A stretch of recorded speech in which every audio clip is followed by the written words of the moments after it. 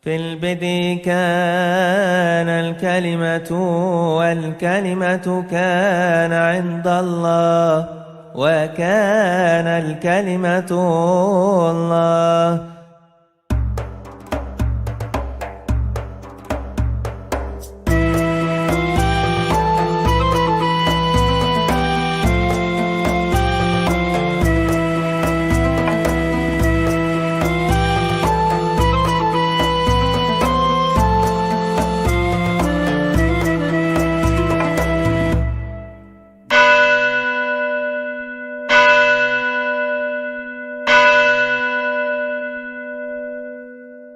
Satu, lalu kemudian oke, 1, 2 nih. Jadi Pak Aris Mumpuni dan yang di belakangnya Bu Erna sinten nggih?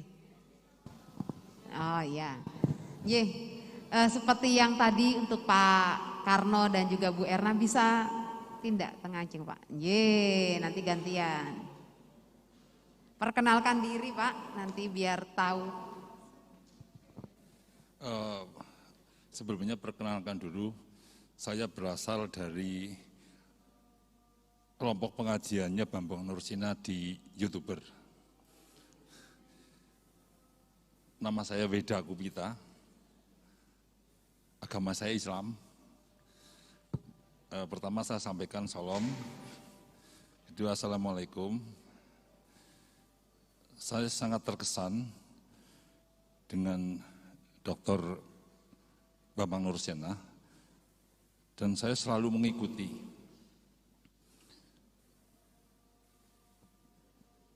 Dan saya entah mengapa saya merasa ketika saya sedang di kelompok itu, saya banyak sekali mendapatkan suatu pengetahuan. Karena perbandingan agama itu merupakan hal yang sangat menarik. Tadi nama saya Weda, W-E-D-A. Weda itu kitab suci agama Hindu, tapi nama agama saya Islam. Saya temannya Pak Karno tadi itu, temannya Pak Timotius, temannya Pak Bambang Haryanto, dan sebagainya. Dan saya, alhamdulillah, saya merasa sangat nyaman di ruangan ini sekarang.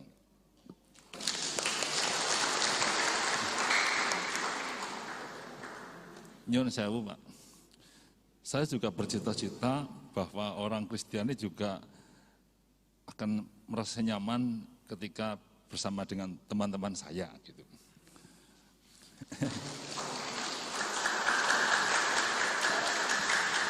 Tema hari ini adalah mengenai masalah kebangkitan Yesus. Tapi kayaknya dua orang penanya tadi tidak bertanya tentang masalah kebangkitan gitu. Tadi kayaknya, oleh karenanya itu saya ingin bertanya masalah kebangkitan. Yang pertama, sebagaimana saya sering mengikuti di YouTube, bahwa di dalam Islam juga mengenal adanya kebangkitan Al-Masih, yaitu di surat Maryam ayat 33 yang bunyinya nanti Bambang Nursina saja yang mengatakan, yang menyampaikan. Ya, jauh. 10 kali lipat daripada saya. Yang intinya bahwa Isa itu lahir, mati dan bangkit, kan begitu. Yang ingin saya tanyakan, apa bedanya antara kebangkitan ini dalam konteks Islam dan dalam konteks Kristiani, dalam konteks Injil. Dan yang kedua, seberapa penting konsep tentang kebangkitan? Apakah apabila tidak ada ajaran kebangkitan, maka iman Kristiani itu akan runtuh? Itu yang kedua. Dan yang ketiga, saya kira bahwa kita itu di sini harus betul-betul bisa memanfaatkan semaksimal mungkin keberadaan Pak Bambang di sini, sehingga dimensinya perlu diperluas, tidak cerita tentang hanya kebangkitan saja. Saya ingin bertanya tentang masalah tadi Pak Bambang mengatakan bahwa berbicara Tuhan itu adalah berbicara dalam suatu alam yang metafisik. Jadi tidak bisa menggunakan rumus matematika. Akan tetapi ketika tadi dikatakan bahwa Yesus itu 100% manusia, 100% ilahi. Nah, ketika Yesus itu sebagai manusia, tentunya dia terikat dengan ruang dan waktu. Oleh karenanya itu, mau tidak mau, berbicara Yesus itu berbicara yang non-metafisik juga. Mohon pencerahannya. Terima kasih. Sehat selalu untuk Pak Bang Musina. Ini benar-benar Pak Weda itu memakai kesempatan. Orang lain tanyanya 1, 2 Pak, dia 3, Trinitas itu Pak. Iya, ya mudah-mudahan tetap nyaman ya Pak di situ ya Pak ya. Iya, malah nanti jangan-jangan nggak mau pulang berada di situ terus. Ya, monggo Pak Aris Mumpuni katuran untuk. Monggo. Selamat malam Pak Bambang. Mungkin sama dengan Pak Weda, saya juga jamaah youtubernya ngaji Alkitab dari Pak Bambang. Meskipun belum tutup, tapi saya kerap mengikuti. Mungkin juga karena berangkat dari institusi yang sama, maka pikirannya sama Pak. Karena sebagian yang mau beliau tanyakan itu sebenarnya juga sudah ada di otak saya. Intinya adalah saya ingin kembali kepada topik hari ini, realita atau kebohongan tentang kebangkitan Yesus itu. Oh ya mohon maaf saking semangatnya, saya Aris Mumpuni, warga GKJ Purwokerto Barat, dulu warga sini Pak, pernah jadi majelis di sini juga. Tapi 93 GKJ Purwokerto Barat, dewasa dari GKJ Purwokerto. Jadi saya mantan orang sini Pak. Baik, kembali ke yang tadi Bapak mengatakan bahwa bukti-bukti sejarah itu menjadi satu, kalau istilah saya, pilar. Nggak usah baca Alkitab, asal kita sudah bisa tunjukkan bukti sejarah yang kita punya tentang Yesus itu, maka kita sudah tahu siapa Yesus. Hanya kemudian tadi Bapak mengatakan, kalau pertanyaannya adalah untuk apa Yesus mati, untuk apa Yesus bangkit, itu baru kita perlu membuka Alkitab. Nah, tentang yang Bapak sampaikan tadi, khususnya tentang kebangkitan, yang saya tangkap tadi adalah dijelaskan adalah catatan-catatan tentang fenomena, Pak. Bukan catatan tentang peristiwanya, Pak. Nah, pertanyaan saya adalah, apakah ini cukup kuat, Pak, untuk membuktikan iman Kristen itu tidak salah? Karena kita menyadari bahwa inti iman Kristen itu adalah mulai dari kelahiran, sengsara, kebangkitan, dan turunnya Roh Kudus. Dan seterusnya yang kita pahami dalam kehidupan kita sehari-hari. Nah, pertanyaan saya tadi adalah, apakah bukti yang berupa catatan fenomena ini cukup kuat, atau kita sebagai orang Kristen dituntun untuk yakinlah sampai tahap ini biarlah Alkitab yang bicara, ini fenomena ini hanya pelengkap, seperti itu. Saya kira itu pertanyaan saya. Terima kasih sekali, mohon maaf bila kurang berkenan. Terima kasih. Demikian Pak Bambang, kita jawab 2 pertanyaan ini dari Pak Weda tentang kebangkitan versi Al-Quran dan versi Kristen. Lalu berapa pentingnya atau seperti apakah pentingnya kebangkitan bagi orang Kristen dan juga Yesus yang metafisika itu dijawab dulu Pak. Soalnya 3 ini Pak, nanti baru kita masuk ke pertanyaan Pak Aris. Oke, terima kasih. Jadi memang dalam Islam maupun dalam Kristen percaya dengan konsep kebangkitan. Tapi gini ya, surat Maryam 33 itu kan multi tafsir juga.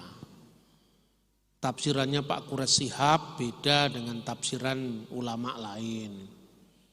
Maka ketika rame-ramenya tentang boleh enggak mengucapkan selamat Natal, Pak Quraisy Shihab berada dalam posisi yang membolehkan.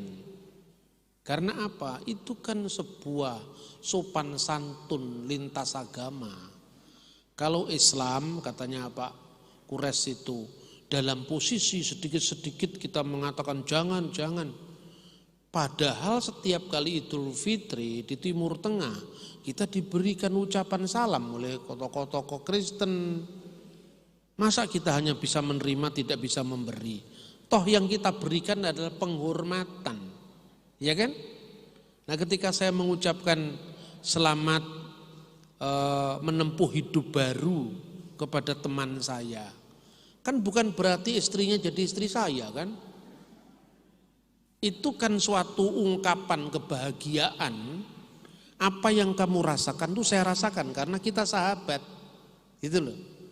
Jadi perbuatlah yang orang lain suka, perbuat atas kamu kembalikan kepada orang lain. Nah makanya dalam surat Maryam ayat 33 itu menurut tafsirnya Pak Quraisy boleh. Karena jelas itu wassalamu alayya yauma wulitu wa yauma amutu wa yauma ubasu hayya. Sejahteralah saya, selamatlah saya ketika saya lahir. Berarti kan sama dengan selamat Natal katanya. Ya kan? Kemudian pada saat saya wafat dan pada saat saya dibangkitkan hidup kembali. Tetapi teks ini tidak bisa dianggap sebagai kebangkitan Yesus menurut ulama lain. Karena apa? Karena dalam surat Maryam ayat 15 ungkapan yang sama diterapkan pada Nabi Yahya. Selamatlah dia ketika dia dilahirkan, ketika dia mati, dan ketika dia hidup, dibangkitkan, hidup kembali. Maka ulama-ulama ini menafsirkan bahwa yang dimaksud kebangkitan ini, kebangkitan pada akhir zaman nanti. Belum terjadi. Nah kalau dalam Kristen, kebangkitan Kristus itu yang sulung dari segala yang telah dibangkitkan, itu sudah terjadi. Itu bedanya seperti itu. Nah, kedua seberapa pentinglah kebangkitan itu seperti yang dikatakan Rasul Paulus. Kalau Kristus tidak dibangkitkan, sia-sialah pewartaan kami dan sia-sialah iman kamu. Karena sumber dari iman Kristen itu adalah Kristus yang dibangkitkan dari antara orang mati. Fenomena ini yang dicatat oleh Yosefus. Yosefus itu mau menjawab pertanyaan. Ini gurunya sudah mati. Tokoh yang sangat fenomenal di abad pertama itu. Kalau enggak itu enggak mungkin dicatat dalam buku sejarah umum kan. Kenapa? Karena dia punya signifikasi politik. Yesus itu dalam gerakan Yesus ya sekalipun itu bukan gerakan politik. Tapi berdampak besar pada dunia politik saat itu. Seperti yang dinubuatkan oleh Simeon. Anak ini akan ditentukan untuk menjatuhkan dan menjatuh bangunkan Israel. Itu terbukti. Nah kemudian Yosefus mencatat bahwa kenapa orang yang disebut Kristen, kelompok ini masih ada. Padahal gurunya sudah mati. Lalu dia mengatakan karena kuasa kebangkitan Yesus dari antara orang mati yang membuat mereka bangkit kembali. Tidak terpuruk, tidak musnah, tapi imannya tetap karena kebangkitan Yesus tadi. Itulah. Dan itu juga disampaikan oleh Takitus. Takitus mengatakan bahwa ada kebiasaan orang Kristen berkumpul saat fajar. Dan mereka menaikkan himne kepada Kristus seperti kuasi Deo. Seperti orang-orang kita, orang-orang Romawi pagan itu menyembah dewa. Tulisan-tulisan ini menyebar di banyak tulisan kuno. Sekalipun itu tidak eksplisit ya. Karena dalam catatan sejarah dunia, Yesus itu catatan pinggir sejarah. Kenapa catatan pinggir sejarah? Ya, karena dia bukan kaisar, karena dia bukan senator Roma yang terkenal, karena dia bukan wali negeri, dia orang biasa dalam wujud kedatangannya sebagai manusia, tapi telah menciptakan sebuah peristiwa sejarah yang sangat besar sehingga dicatat oleh Flavius Josephus, dicatat oleh Tacitus, dicatat oleh Talmud, dicatat oleh Mara ben Serapion, seorang filosof Stoa yang tinggal di Antioquia saat itu, dicatat oleh Soteunus, dicatat oleh misalnya Traktat Sanhedrin karena memiliki signifikasi yang luas sekali. Itu. Kemudian yang ketiga, ketika bicara Yesus sebagai manusia, tentu ini ruang dan waktu betul.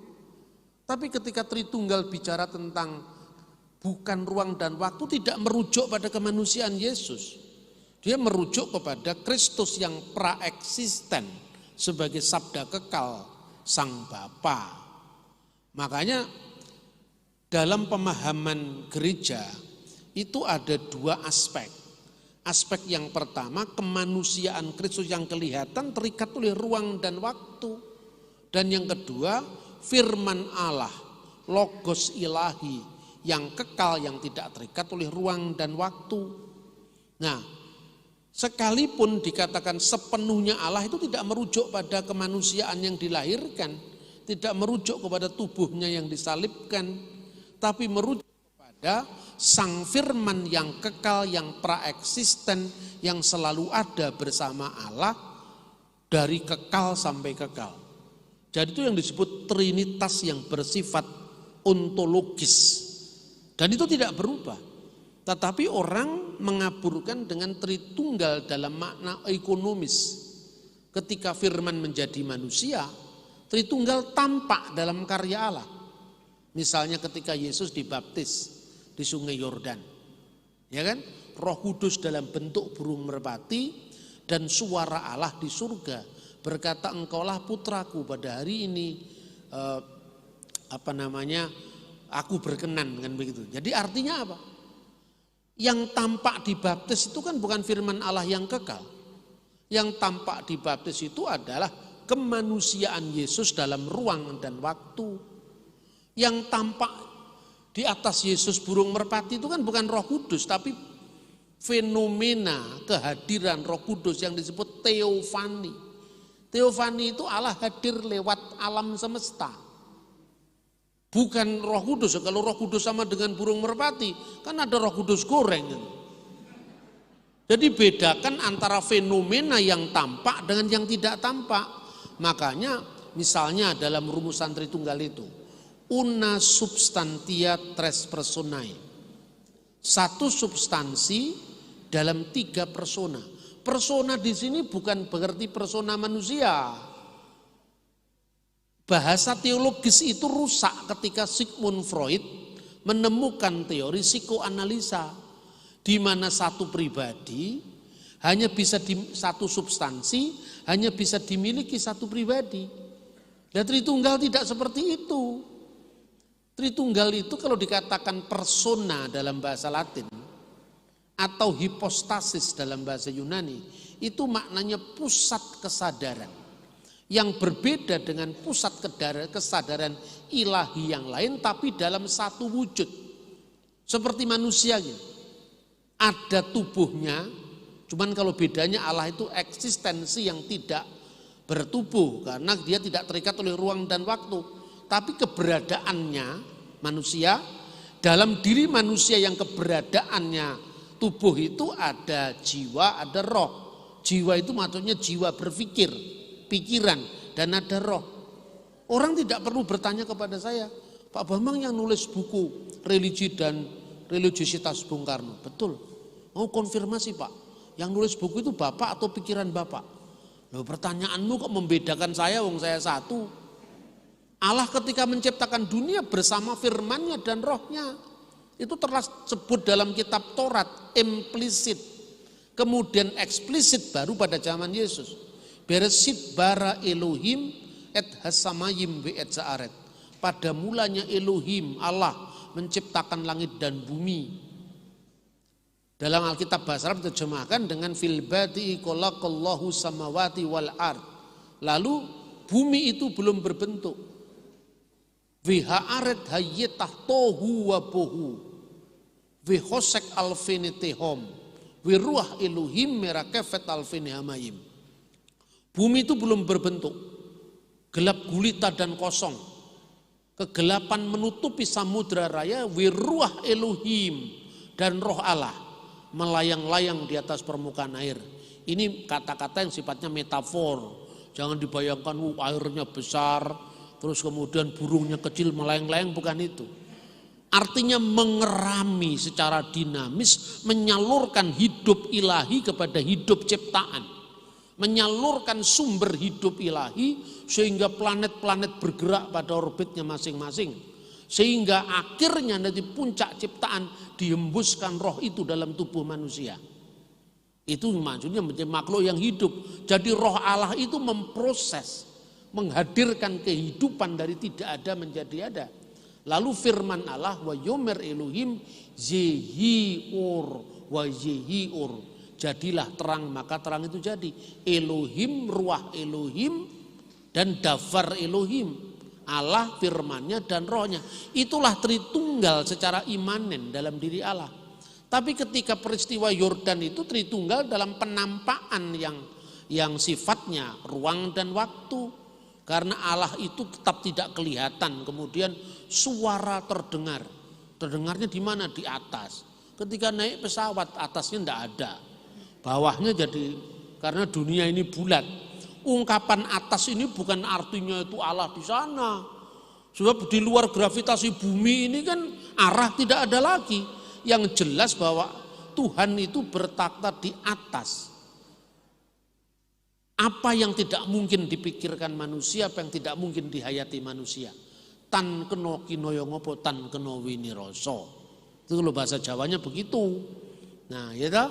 Kemudian yang tubuh fisik ini kemanusiaan Yesus. Ini makanya dicobai, haus. Kira-kira begini. Kalau bisa dibandingkan, ini saya mengutip Sayyid Husin Nasir dalam bukunya yang diterjemahkan oleh Gus Dur, ya, judulnya Islam dalam Cita dan Fakta. Jadi kira-kira untuk memudahkan pemahaman begini, kalau di Islam firman itu turun jadi kitab, kalau di Kristen firman itu turun jadi manusia. Nah, ketika firman turun jadi kitab, di situ ada dua hal. Quran yang kelihatan mushafnya dan Quran yang tersimpan di Lauhul Mahfud. Ya, Imam Al-Ghazali mengatakan Quran yang tersimpan di Lauhul Mahfud itu adalah ajaliyun wa qaimatun fiddatillahi ta'ala. Itu katanya Imam Al-Ghazali dalam bukunya Ihya Ulumuddin. Tetapi ketika firman itu turun, yang dibaca, yang tertulis teksnya dalam mushaf Al-Quran itu temporal sifatnya.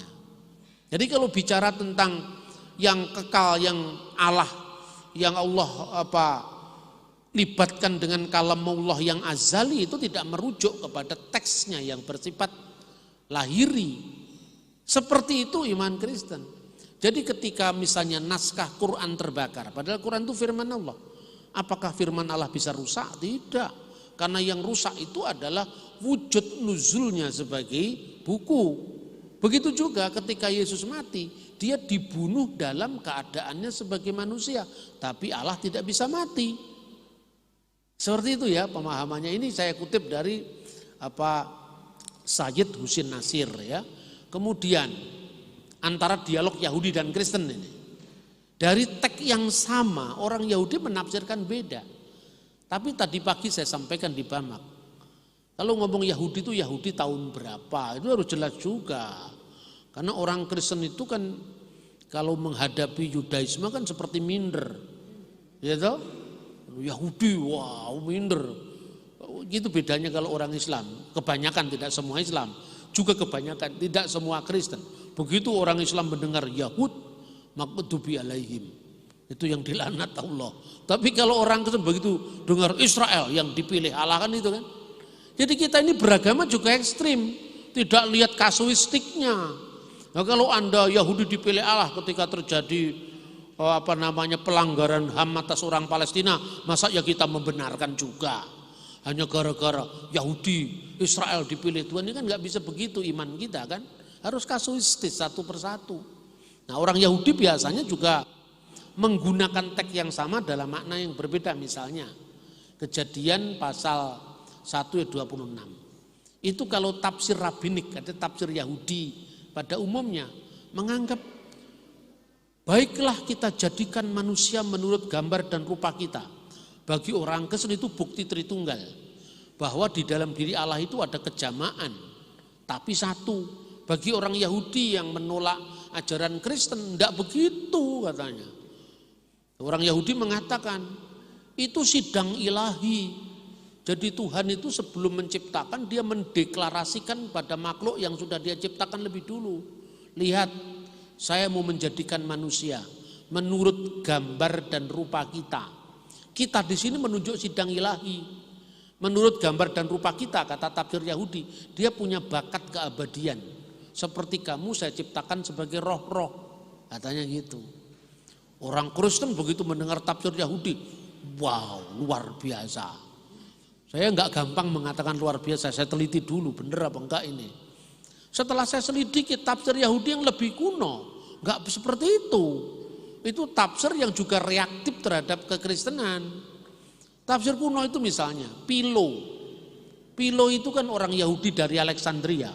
Hidup pada tahun 20 sebelum Masehi lahir, tahun 50 Masehi dia meninggal. Dia mengatakan, Tuhan bicara dengan siapa itu?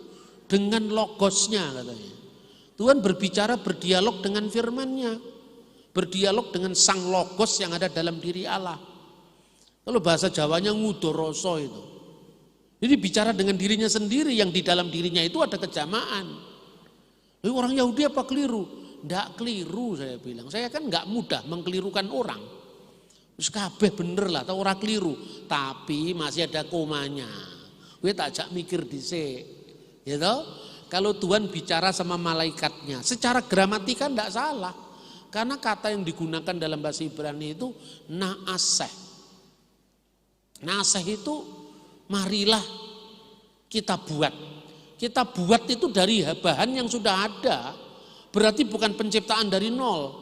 Artinya kita membuat manusia itu menurut gambar dan rupa kita. Nah, orang Kristen yang anti Yahudi nyerang.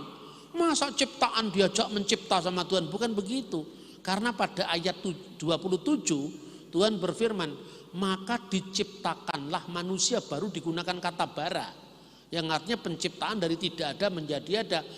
Maka diciptakanlah manusia itu menurut gambarnya, baik laki-laki dan perempuan diciptakanlah mereka. Berarti yang menciptakan hanya Allah. Malaikat itu cuma diajak rembukan. Nah, gramatika tidak salah. Saya jawab, oke, tidak salah. Sekarang perhatikan. Sak durunge malaikat enek iki terus Gusti Allah nyiptakne karo sapa? Ya sendiri Pak lah, udah. Ketika malaikat sudah ada, malaikat arep nggawe menungso. Hei malaikat, ayo kita buat manusia, saksikan. Saya deklarasikan ya, saya mau bikin manusia menurut gambar dan rupa kita. Oke, katakanlah secara gramatika itu benar. Lah saurunge malaikat enek diciptakan, terus Tuhan karo sapa? Dewe Pak. Lah waktu dewe sing diajak ngomong sapa? Waduh, ya itulah makanya Pak Tuhan menciptakan makhluknya supaya dia bisa menyaksikan kebesarannya. Berarti Tuhan butuh aktualisasi diri no. Ya toh? Karena apa? Mari kita ciptakan manusia supaya kamu bisa menyaksikan kalau saya maha kuasa. Berarti Tuhan itu butuh lem-leman, butuh pangalembono. Tuhan butuh pengakuan, itu bukan tidak cocok dengan sifat Tuhan. Tuhan dari kekal sampai kekal tidak butuh dipuji. Kalau kita puji dia tidak lebih besar, kalau kita cangkal dia juga lebih kecil. Yang kita butuhkan itu Tuhan, bukan Tuhan butuh kita. Jadi sebelum alam semesta ini diciptakan, ini saya kutip dari Santo Agustinus. Tuhan ya Tuhan, dia sendiri. Dia yang ada, yang sudah ada, yang akan datang. Tidak pernah ada waktu di mana Tuhan pernah tidak ada. Dia selalu ada. Lalu Tuhan maha kasih. Oke. Apa kasih Tuhan itu kekal? Ya kekal Pak, karena dilibatkan dengan Tuhan. Nah pertanyaannya, berarti Tuhan mengasihi siapa?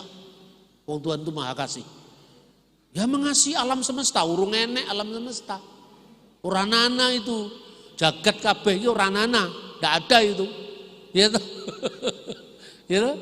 Alam semesta belum diciptakan, manusia belum diciptakan sebagai puncak alam semesta. Lalu Tuhan dengan siapa? Sendiri, yang dikasihi sapa? Ya manusia belum ada. Ya mengasihi dirinya sendiri. Bener nggak? Karena nggak ada yang lain objeknya toh.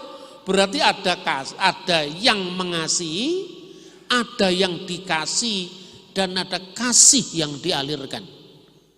Mau dicari di mana-mana tetap Tritunggal. Ketika kita mengatakan satu, ayo Tuhan kita satu, Tuhan itu satu. Kenapa ada butuh? Kalau misalnya di dunia ini cuma ada satu, orang tidak butuh aku, engkau, kami tidak butuh. Baru ketika ada dua, baru ada aku dan kamu.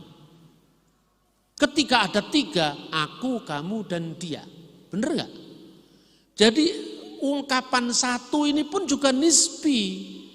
Itu perhatikan. Yang dikasih adalah firman-Nya, yang mengasihi wujudnya, yang kasih yang dialurkan spirit atau roh yang melingkari dia kekal sampai kekal. Inilah yang disebut wujud alkoholik, wujud sang pencipta. Lah, tarian trinitaris ini yang sangat dinamis menimbulkan gerak di dunia ini yang menyebabkan adanya yang lain. Makanya adanya yang lain itu diawali dari ketiadaan. Ya kan? Inilah yang disebut makhluk atau ciptaan. Jadi ada yang pertama tidak disebabkan oleh ada yang lain, tapi ada yang berikutnya disebabkan oleh yang maha ada. Ini ngelmu tua ini. Benar apa tidak? Ya toh? Ini kalau mau pejang begini harus lingsir wengi. Ora ono suarane kutu-kutu walang atoko. Itu saya kira. Ini Pak, apakah cukup dengan penjelasan fenomena tadi yang ingin dikatakan Pak Aris? Ya, itu tentang kebangkitan. Di dunia ini siapa yang bisa menyaksikan kebangkitan ayo sekarang? Itu kan objeknya beda. Iya toh? Jadi artinya apapun penciptaan dunia itu nggak bisa kita buktikan kok.